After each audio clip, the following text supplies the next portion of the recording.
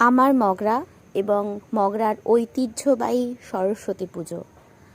জানি যে পুজো পরিক্রমাটা আপলোড করতে অনেকটাই দেরি করে ফেলেছি আমি, তবুও নিজের জিনিস নিজের মতো করে নিজের চ্যানেলে পোস্ট করতে যত দেরি হোক না কেন আমার মনে হয় এটা একটা স্মৃতি সংরক্ষণের জায়গা।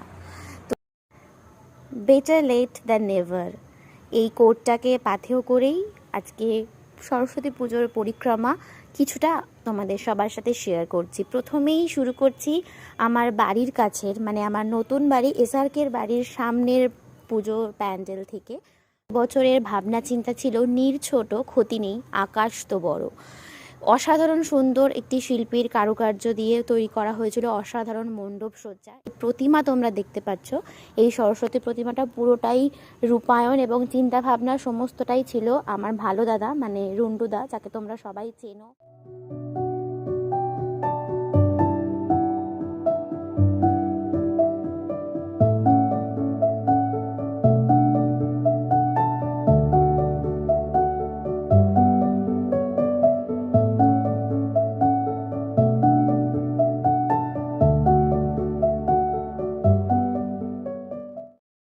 এরপরেই যে মণ্ডপে প্রবেশ করছি আমরা, সেটি ছিল নতুন গ্রাম সোনালী সংঘ। তো এই সমস্ত প্যান্ডেলগুলোই আমাদের বাড়ির খুব কাছাকাছি। তো এই প্যান্ডেলের কোনো রকম ট্যাগলাইন থিম তো ছিল না, বাট এদের চিন্তা ভাবনাটা সব প্রত্যেক বছরই একটু ইউনিক হয়। এবছরও কিছু ইউনিক তুলে ধরতে চেয়েছে।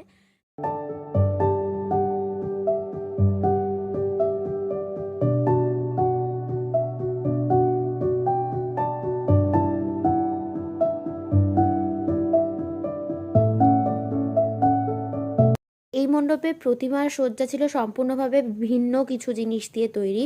আমার যতদূর মনে হয়েছে নারকেল বা সুপারি জাতীয় কিছু জিনিসের খোসা দিয়ে এই পুরো প্রতিমাটা তৈরি করা হয়েছে, যেটা খুবই সুন্দর লাগছিল আর খুবই ইউনিক লাগছিল দেখতে।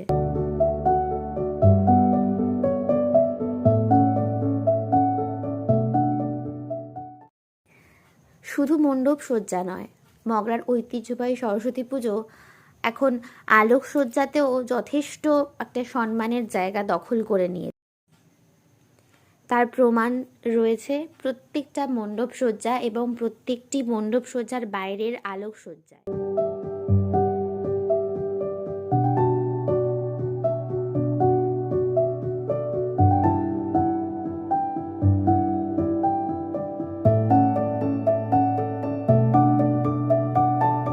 আজকাল মণ্ডপ সজ্জার একটা অনেক বড় সমস্যা হচ্ছে, মণ্ডপ সজ্জায় বিভিন্ন রকমের লাইটের যে চেঞ্জিং লাইটস দেওয়া হয়, সেটার জন্য অনেক ক্ষেত্রে ক্যামেরায় সেই মণ্ডপ সজ্জাকে জাজ করতে পারে না। তবে এই মণ্ডপের ক্ষেত্রে যেটা সবথেকে ভালো লেগেছে আমার, সেটা হচ্ছে খুব বেশি কালারফুল। আর যেহেতু এই ওয়ার্ম লাইট সবসময় ক্যামেরার জন্য খুব বেশি ফ্রেন্ডলি, তো সেটার জন্য এই মণ্ডপটাকে আরও বেশি এমফাসাইজ করে তুলেছে এখানকার এই ওয়ার্ম লাইটের সজ্জার।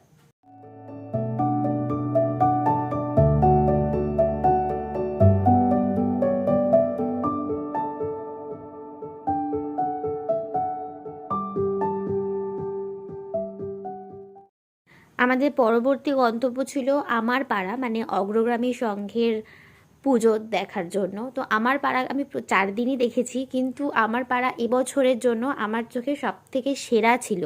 না, বায়াসড হয়ে কথাটা একেবারেই বলছি না, লাস্ট 8 থেকে 10 বছর এরকম ভালো পুজো আমার পাড়ায় হয়নি। যখন হয়নি তখনও আমি একদম সোচ্চারেই বলেছি যে না, একেবারেই বাজে হয়েছে। বাট এবছর সত্যি সেটা আলোকসজ্জা হোক, মণ্ডপ পরিকল্পনা হোক এবং সমস্ত অ্যারেঞ্জমেন্ট, সমস্ত কিছু এবছর প্রচণ্ড বেশি সুন্দর এবং অর্গানাইজড ছিল। আর এই বছর আমাদের পাড়ার আরও একটা মূল আকর্ষণ ছিল আমাদের laser show, sound and laser show. তো প্রত্যেক দিনই সন্ধে থেকে শুরু হচ্ছিল এই সাউন্ড অ্যান্ড লেজার শো, এবং তার সাথে সাথে ধামসা মাদলের লাইভ পারফরমেন্স চলছিল। তো এই সমস্ত কিছুই খুব ইউনিক ছিল। তার সাথে একটা অ্যাড অন হয়েছিল, এই যে পুকুরের মধ্যে দেখছো একটা বাচ্চা ছেলে, এটা আমাদেরই পাড়ার একটা বাচ্চা ছেলে, যে এরকম একটা সাইকেল, মানে কিছু একটা করে বানানো সাইকেল, যে সাইকেলটা ওই জলের মধ্যে দিয়ে চালাচ্ছিল। ইভেন অনেক রকমভাবে, মানে কি বলবো, অনেক অনেক এক্সাইটিং অ্যাক্টিভিটিসও করছিল, সবাই রীতিমতো ভয় পেয়ে যাচ্ছিলো, ওর বাড়ির লোকও খুব বেশি টেন্সড হয়ে পড়েছিল।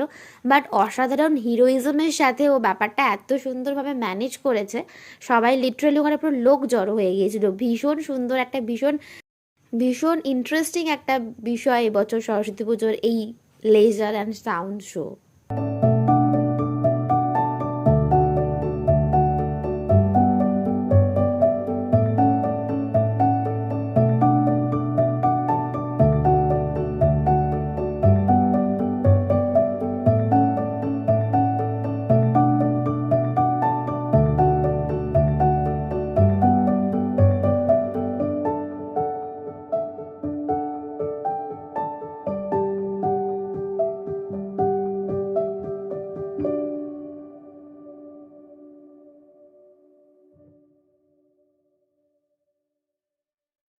ছিল এবছর আমাদের অগ্রগামী সংঘের মণ্ডপ সজ্জা। এবছর আমাদের অগ্রগামী সংঘ 75 বছরে পদার্পণ করলো, 75 বছর পূর্ণ করলো। সেই উপলক্ষে এই বিশাল আয়োজন করা হয়েছিল এবং তার সাথে সাথে এই যে প্রতিমার ছিল অসাধারণ একটি সৌন্দর্যপূর্ণ রূপ।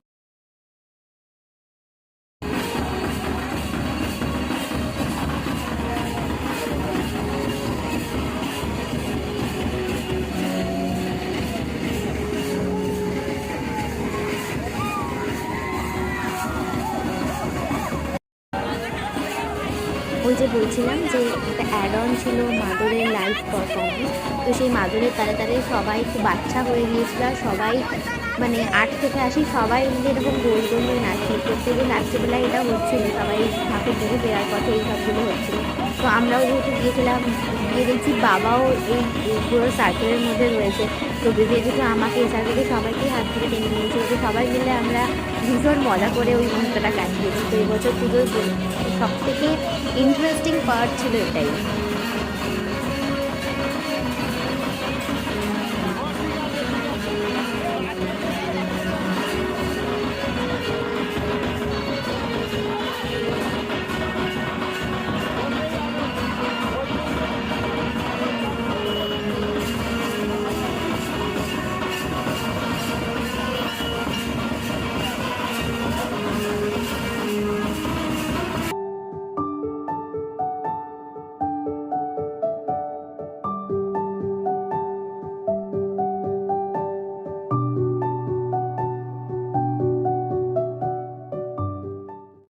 এরপর আমরা চলে গিয়েছিলাম কোলার বান্ধব সম্মেলনীতে।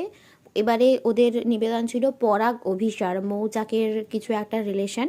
তো এটা খুব একটা ইউনিক কিছু লাগেনি আমার, এটা খুবই কম বাজেটের এবং খুবই একটা ছোট্ট মতো বিষয় মনে হয়েছে, যেটা রাদার অন্য বছরে অনেক বেশি ভালো করে বান্ধব।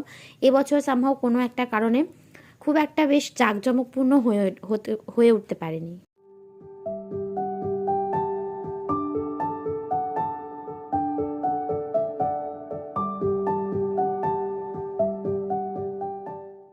পরেই আমরা চলে গিয়েছিলাম কোলার ঐক্য সম্মেলনীতে, যেখানে করেছিল পিস প্যাগোডা। এটা অনেক বেশি আই সুদিং ছিল, রেড কালারটা খুব বেশি ভাইব্রেন্ট লাগছিল এবং খুব সুন্দর লাগছিল প্যান্ডেলটা। খুব একটা বড়, মানে আমি বলছি খুব একটা বিস্তৃত হয়নি প্যান্ডেলটা, ঢুকেই শেষ। বাট শর্ট অ্যান্ড সুইট বলতে যা বোঝায় সেটাই এই প্যান্ডেলটার মধ্যে দিয়ে আমার মনে হয়েছে। আমার পার্সোনালি প্যান্ডেলটা খুব ভালো লেগেছিল।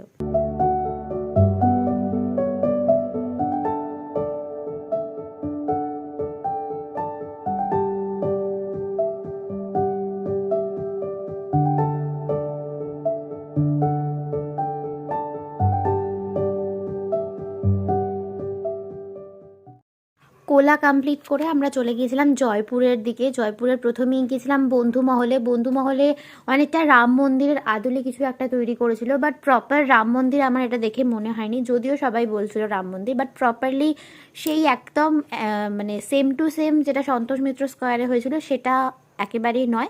তবে ওর আদলে কিছু করার চেষ্টা করেছিল, যেটা খুব ভালোই লেগেছে।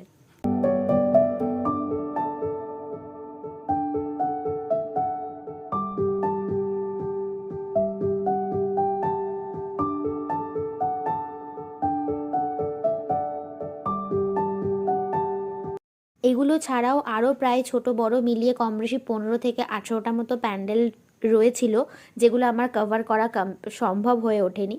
তো যে কোটা সব কিছু শেষে এই আলুর উৎসব মাত্র 4টেই দিনের জন্য। যদিও সরস্বতী পুজোটা আমাদের মগরাবাসীর কাছে দুর্গা পুজোরই সমান, কিন্তু কেন জানি না এই 4টে দিনও খুব কম মনে হয়। মনে হয় আরও যদি মা থাকতো, আরও 4 দিন পরেই আমাদের ছেড়ে চলে যায়। আবারও একটা বছরের অপেক্ষা। আসছে, ইয়েস, আসছে বছর আবার হবে।